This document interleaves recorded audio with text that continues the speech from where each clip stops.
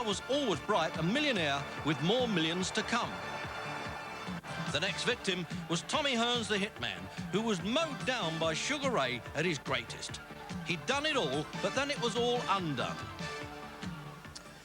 Retirement, yes, but a record to be proud of. In August 1976, he had won the Olympic Games light welterweight gold medal. By November 1979, he had taken the WBC world welterweight title, and 1 year later, he regained it following that defeat by Roberto Duran. The following June, he took the WBA light middleweight title from Ayub Kalouli, and then in September 1981, he won the undisputed world welterweight crown with a brilliant performance against Thomas Hearns.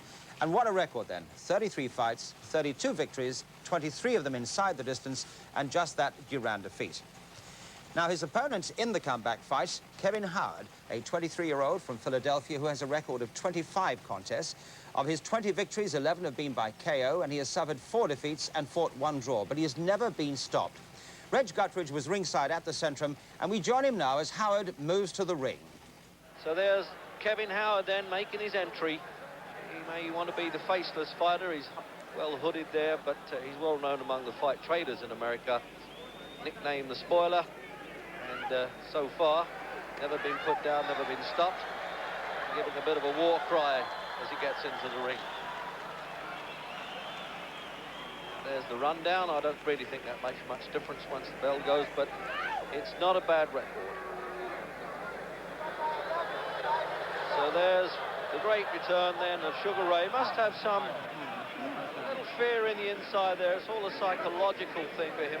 He looked tremendously fit, particularly at the weigh-in. He's matured. He's just a week away from his 28th birthday. The crowd haven't seen him yet. We're getting a shot of him now backstage there, walking through the corridors, hands on Jimmy Anderson's shoulders. They act as minders, these fellas. An old friend called Ollie Dunlop, that's him on the left, and James Anderson. And there's the face of Angelo Dundee, the great corner man. So the crowd now, they're just pushing people off, telling cameramen to get out of the way. And when the crowd see him at the Centrum, they will rise to him. There, even New Jersey loves him, and he doesn't come from New Jersey. Originally from Carolina and now from Maryland. So for some, they would say the inevitable return then of the great Sugar Ray Leonard.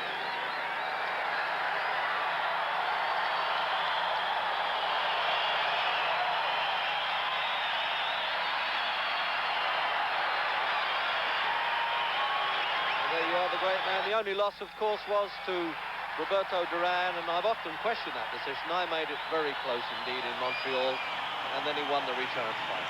In the blue and white trunks from Philadelphia, Pennsylvania, he weighed in at 150 1/2 pounds.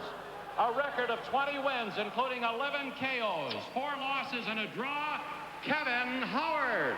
Kevin Howard. Well, a little bit of unfair jeering, really. Deserved that. It's a big chance for that lad. He weighed in at 149 pounds. With a record of 32 wins, 23 by KO, 1 loss. From Palmer Park, Maryland, Sugar Ray Leonard. Well, it's true. He's back. Posse of young ladies there carrying the ring cards, all rising. Men scoring and a the knockdown. words Go to then the corner, from the I send you referee, through. Don't Richard come back out Flaherty. till I wave you in the center of the ring. You get in close and you tie it up, and I take break. I want you both to stop punching and both of you step back. This is 10 rounds. You come out boxing in each round. Any questions? Fine. Good luck. Thank you.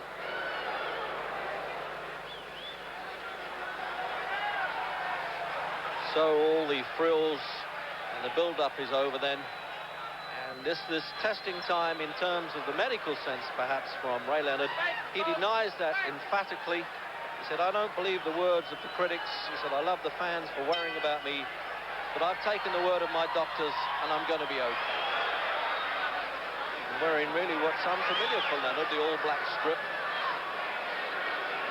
And I don't think that he's going to mess around with this fellow. If he could take him out, he would, but at least Howard has come into the ring with the credential, anyway, of not being knocked over and stopped.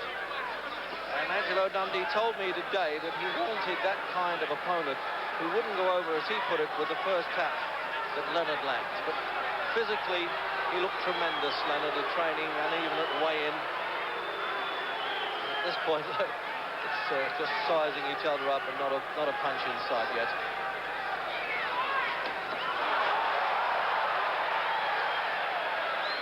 Great fighters don't bother too much about ring rust. If they can do it, it comes back naturally. He went to Miami and did some hard sparring, Leonard. And Angelo says this man, he really is phenomenal. He said, with Ali, he sort of blew up between fights, he said, but he's always stayed in shape. In the blue and white trunks from Philadelphia, Pennsylvania, he weighed in at 150 1/2 pounds. A record of 20 wins, including 11 KOs, 4 losses and a draw. Kevin Howard. Kevin Howard. Well, a little bit of unfair jeering, really. And Deserved that. Corner, It's a big chance for that lad. Trunks. He weighed in at 149 pounds with a record of 32 wins, 23 by KO, 1 loss. From Palmer Park, Maryland, Sugar Ray Leonard. Well, it's true. He's back. Posse of young ladies there carrying the ring cards, all rising. An 8 count. Men scoring a And the knockdown. words Go to then the corner from the that I send you referee, to. Don't Richard come back out Flaherty. till I wave you in the center of the ring. You get in close and you're tied up. And I take break. I want you both to stop punching and both of you step back. This is 10 rounds. You come out boxing in each round. Any questions? Fine. Good luck.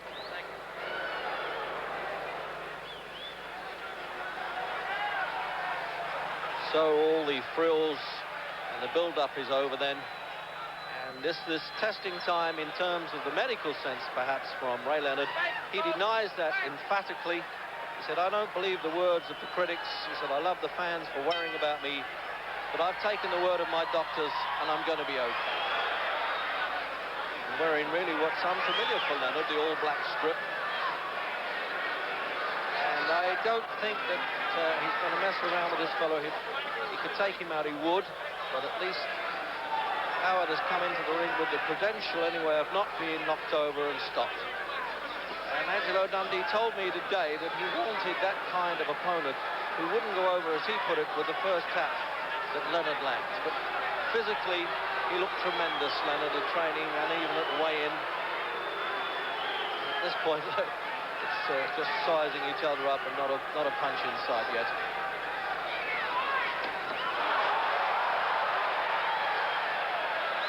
Great fighters don't bother too much about ring rust. If they can do it, it comes back naturally. He went to Miami and did some hard sparring, Leonard. And Angelo says this man, he really is phenomenal. He said, with Ali, he sort of blew up between fights, he said, but he's always stayed in shape.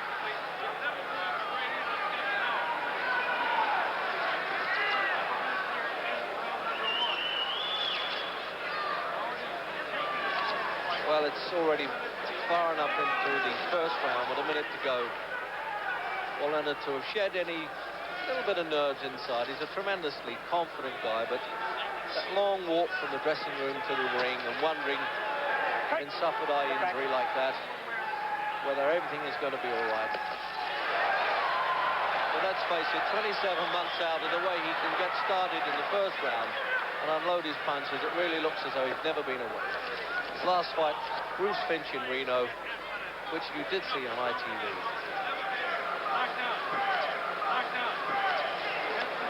Right. Let him hit. Get back right. So you're picking up the referee's instructions very clearly there.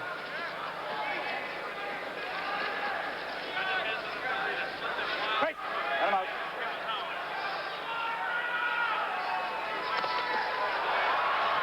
Speed of that combination at the end of the round is tremendous.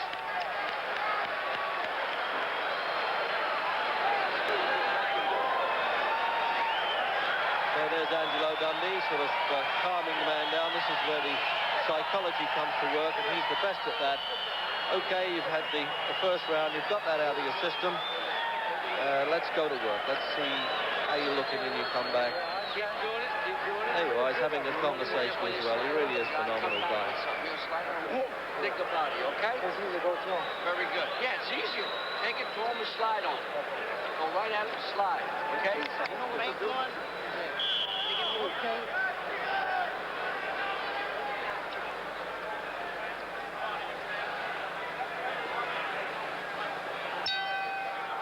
Into the second round then, and I suppose there's a few cynics would say, well, Howard's already done well to go around, but certainly Leonard didn't try to unload a lot of punches on this fellow early on.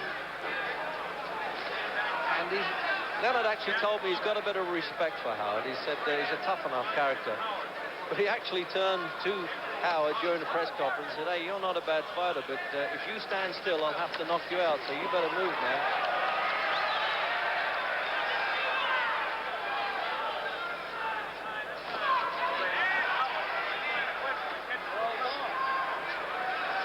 There's something very special in the fight business of watching a great one at work. And Leonard just has everything in the book. Speed, power, confidence, showmanship, and gameness too. He's been under fire a few times in his career and always come back. Only taken 2 knockdowns as an amateur and pro, and he got off before to win them both by knockout.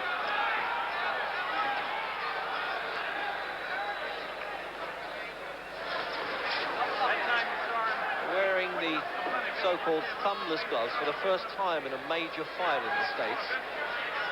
It's actually fixed to the glove. There's obviously a socket for the thumb, but it isn't a separate entity, and it's hopefully will eliminate some eye problems and cause any thumb in. Hey, he's got through there well, isn't he, Howard? He's reminding Leonard that he's not that much of a mug.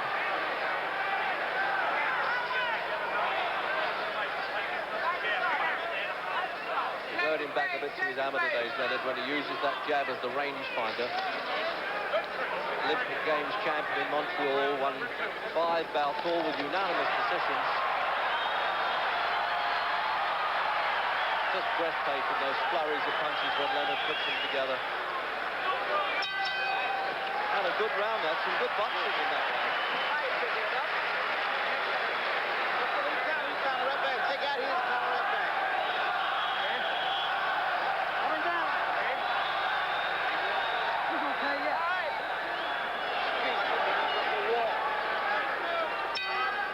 Third round, and Dundee, corner man, insisting then that Leonard slides his way in, picks his shots and nails the man. Well, maybe easier said than done, because there's one thing that Howard has had is a good chin. And I tell you, from what we've seen so far, there's nothing wrong with his heart either.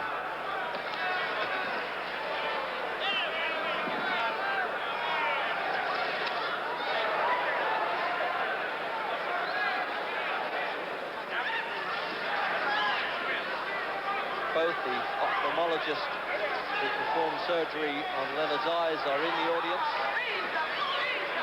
although they have no actual participation in any way in the fight. That's left to the Massachusetts Commission, who have their own doctors in charge.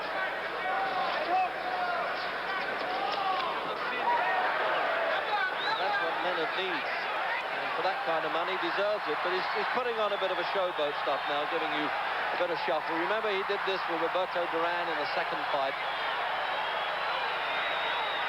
The entertainer at work. And that's all right on the stage, but when you've got a fella in front of you who's trying to rip your head off with a punch, it takes a bit of doing.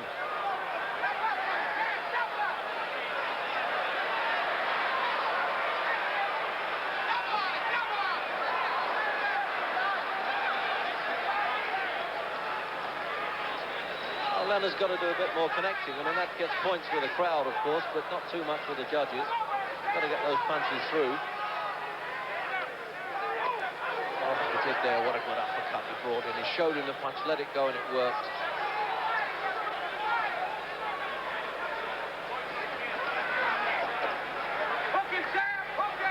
Remember, he held 2 world championships at separate weights. Gave up the light middleweight title. Oh, he's looking good in this round. All right. But what do you know about this? The staring treatment and that almost like a Rocky film top shot there at the end of that round. Right uppercut, and you caught it right on the arm. Hagler. So speed down. If he doesn't know enough about Leonard, well taken stock. steady, And if steady. Leonard fought him, he'd have to give him slide on 6, him, 8, everything. even 10 Show pounds him. away.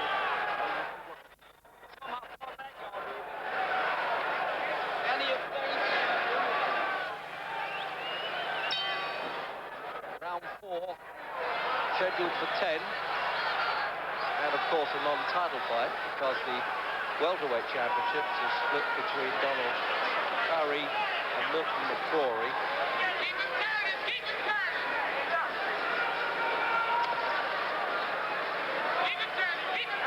Wondering whether those tassels on Leonard's boots are dazzling his opponent at all. He's often done that. He did it in the Olympic Games. He even carried a picture of his then girlfriend with him, who of course turned out to be his wife. He's a good old-fashioned pro, Kevin Howard. He's only 23, remember.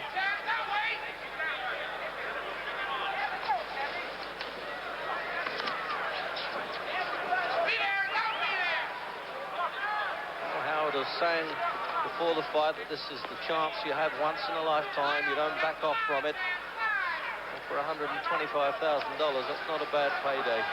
He doesn't mind playing second best, even in the money stakes, because he could make a name for himself. Even by giving Leonard just a good fight's enough, winning would seem almost unbelievable.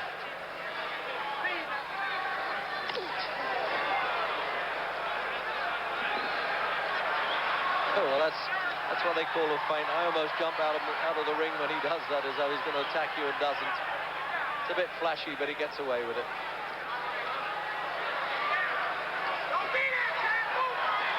There's no lateral movement in Howard. That's the problem. Oh, the old shuffle going to work there. He loves that, Leonard. Oh, what a turn up for the book. Well, that'll teach him to get too flash and take liberties. He got hit with a good right-hand shot there, and you're bound to say, hey, Ray, serves you right, you asked for that one. And that's only the third time in his amateur or pro career that he's hit the deck. And it's no use saying that's anything to do with any eye trouble that he's had. He probably saw that coming. He just didn't get out of the way of it. That was the problem there. Well, win, lose, draw, or whatever, Kevin Howard's already made a big name for himself. And he's certainly earned respect. No matter about the smiling that went on there with Leonard and the little shuffle in the corner. Any man that hits the deck has been tagged and hurt. Okay, baby. How you feel? All right, you shouldn't be there. I don't want you there when he comes at you. I want you sliding. And don't trade shots. So look now, that knockdown there. There it is. Yeah, he still had his hands up.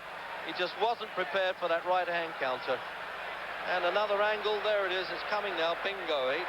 Looking right up into the camera lens. He won't like that, Leonard. And again in replay, did the shuffle. Took some punches towards the end of the round, this one, and he looks good at that point. There it is. Perfect. Right on the chin. Well done, Kevin Howard. Well, there's a man who's got to be confident. Absolutely. Look at this. Come and have a fight. He's now taunting Leonard. What a turn up for the book. Into the 5th round then. And really, Leonard has got to get down to serious business here.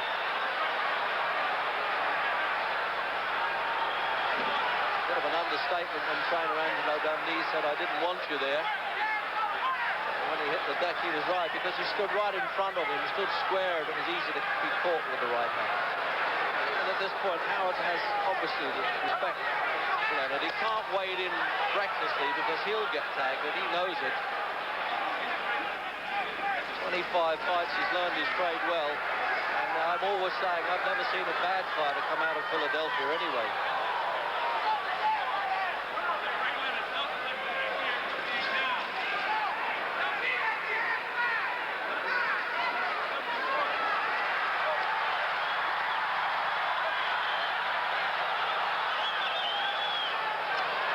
Getting through to Leonard as good as anybody in his career, other than the first fight with Duran.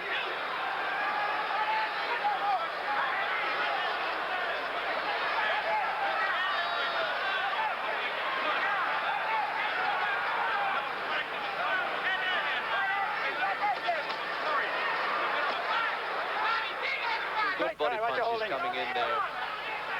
It's very difficult to hold with the thumbless glove, by the way. That's the one reason the pro fighters are not very keen on it. They can't turn and hold their man. Good punches to the body. He's trying to bring this fellow's guard down. He means it now, doesn't he, Leonard? And he needs to.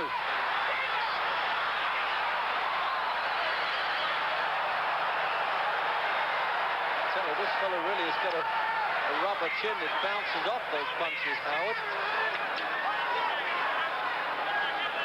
Up to the end of the fifth. Bring him up. As close as we are to the ringside here, I can promise you those punches are really sinking in. Almost a round of body attacking. And Mr. Howard saying, is that the best you can do, presumably? But I wouldn't have liked to take those shots around the body anyway. This fellow here has become a bit of a hero, hasn't he? From obscurity to top stuff. 8th round. Scheduled for 10.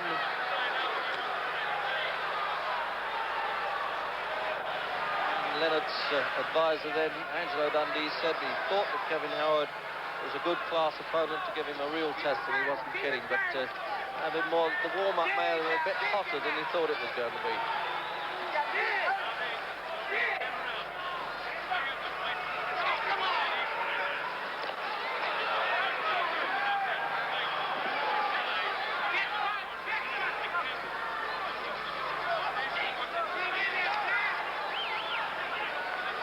Punches have been solid all the way through, but they certainly looked heavier to me, just a few feet from the ringside in that last round, and the game that started this.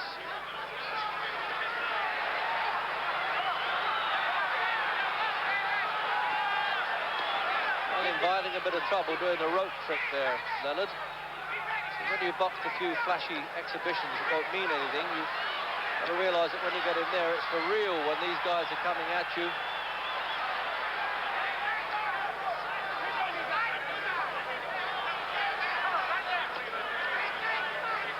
Bring him up, bring him up. Swifter punching always coming from Leonard puts him ahead. But the judges are certainly going to be kind, I would think, to Howard, because he's done his share of punching.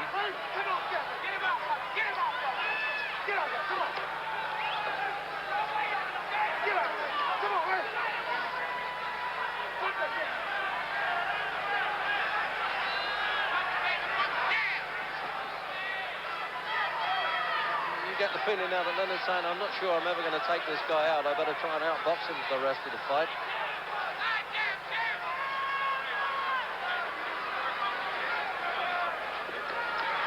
So a minute to go then in the 8th.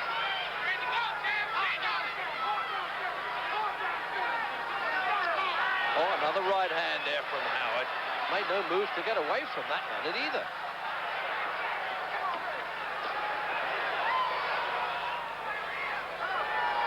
Amazed the way Leonard's allowing himself to stay on the ropes. I know that he knows what he's doing, but I'm not sure I like that with him. 20 seconds coming up for this round. What's left?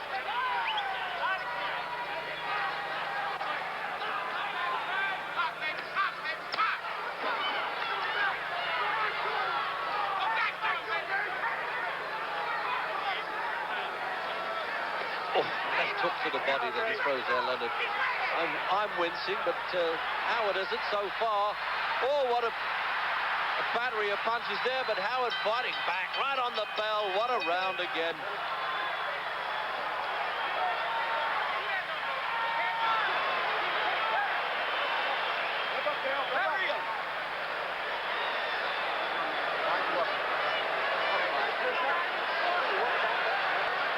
There you are, some replay then and around there. This is good stuff coming in from Leonard. He's unloading a lot of punches there. But most of the time, Howard has been able to fight back. And there you see it again. Right. Good, okay. Let's go to work. So no damage at all around the eyes there of Leonard. Come on, paint this guy out of his jockstrap. Let's go. So we're going to get some flashy stuff if we listen to that corner coming out to the 9th round there. Dundee saying feint to this guy and show him some speed.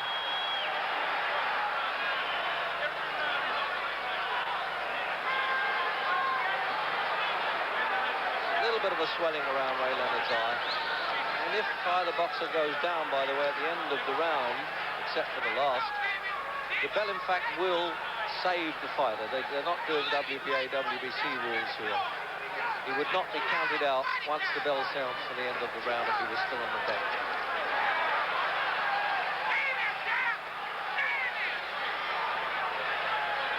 Certainly piling in that left hook, Leonard. Watch for that.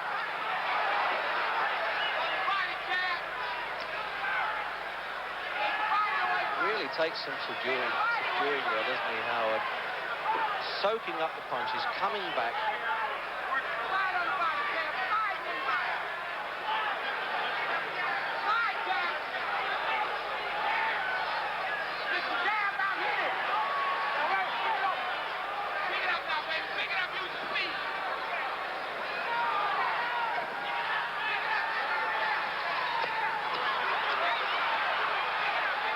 Doubling up the left hook again there. Pleading with Leonard from the corner. Come on, pick the speed up, use it. But he's finding it a little bit difficult. This, as I say, when you've been out of the ring and on the operating table, it isn't easy. This is the toughest game of them all. Make no mistake about that.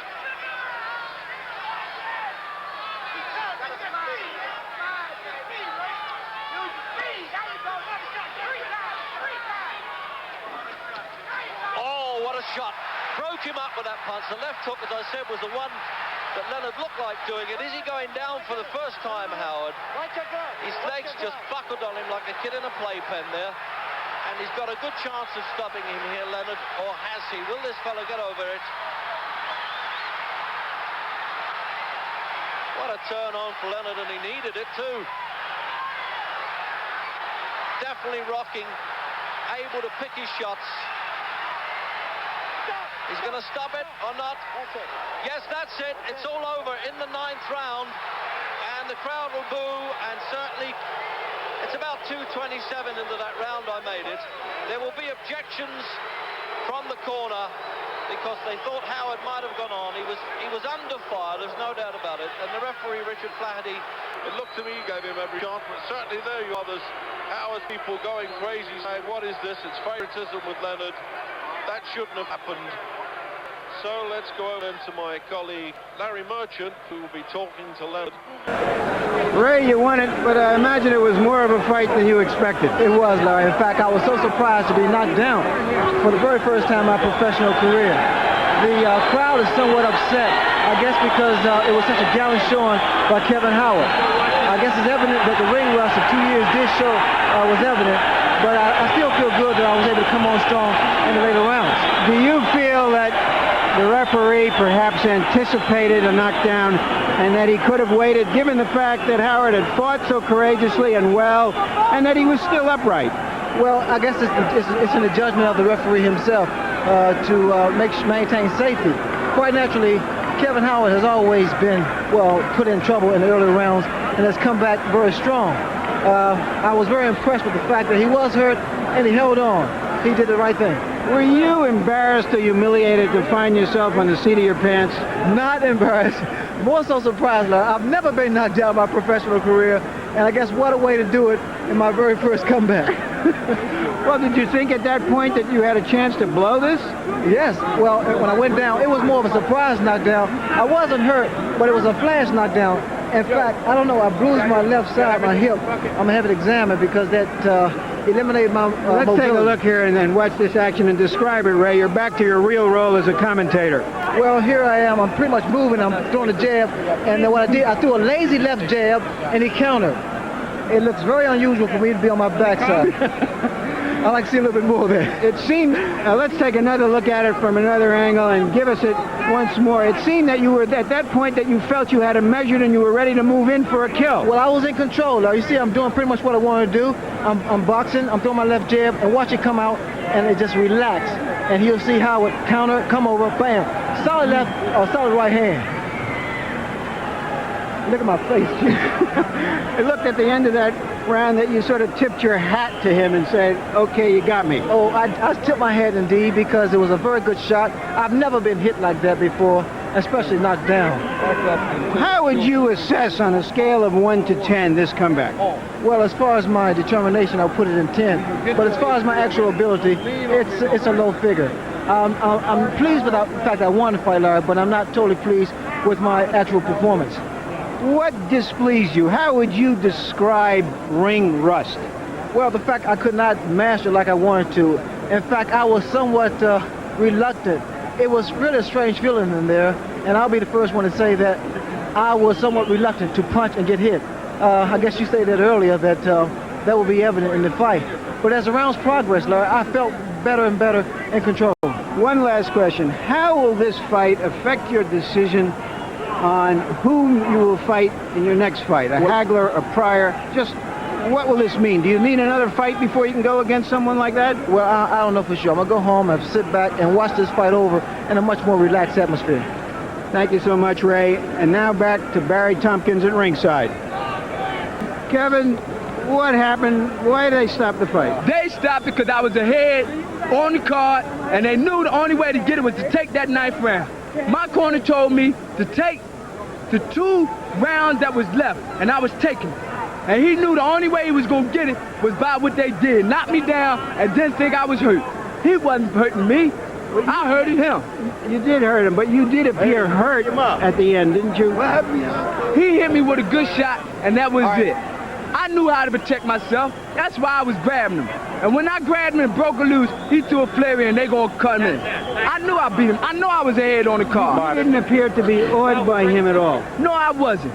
Nothing that man got could intimidate me. He tried to hit me with everything. I got under and I counterpunched. That's why I knocked him down in the 4th round.